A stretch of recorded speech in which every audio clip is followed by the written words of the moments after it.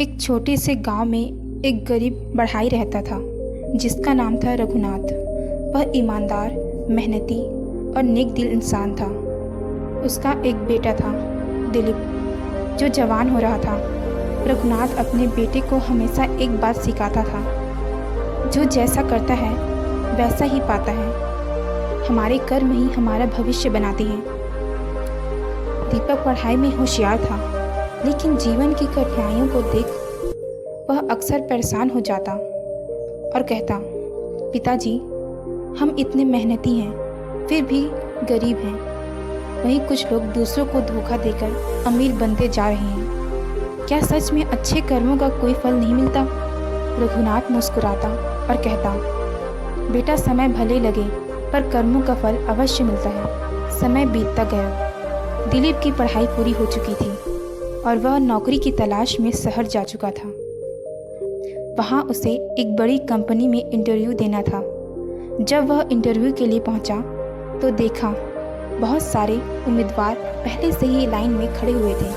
उसे निराशा हुई, लेकिन वह रुका नहीं। लेकिन जैसे ही दिलीप की बारी आई, अधिकारी ने उसे गौर से देखा और पूछा, क्या तुम रघुनाथ के बेटे हो?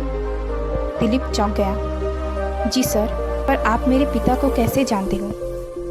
अधिकारी मुस्कुराया और बोला, 20 साल पहले जब मैं इस गांव में पहुंचा तब मैं नया नया था। मेरा घर बनाने वाला कोई नहीं था। सभी लोग मुझे बाहर वाला समझते थे। लेकिन तुम्हारे पिता रघुनाथ ने बिना एक पैसे लिए मेरा घर बनाया और कहा था कि अजनबी नहीं, इंसान देखो। मैं आज जो कुछ भी हूँ उसमें उनके उन कर्मों का हाथ है। दिन दिलीप को बिना इंटरव्यू पास कर लिया गया और नौकरी मिल गई। अधिकारी ने उसे गले लगाते हुए कहा, तुम्हारे पिता के अच्छे कर्मों का फल आज तुम्हें मिल रहा है। दिलीप की आंखों में आंसू थे।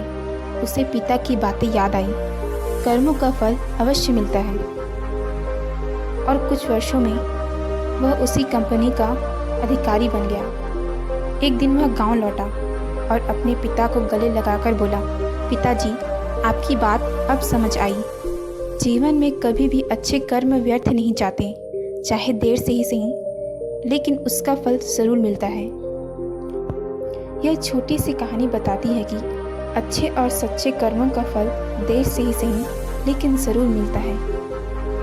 एक नेक दिल इंसान न केवल खुद के लिए बल्कि समाज के लिए भी वरदान बन जाता है।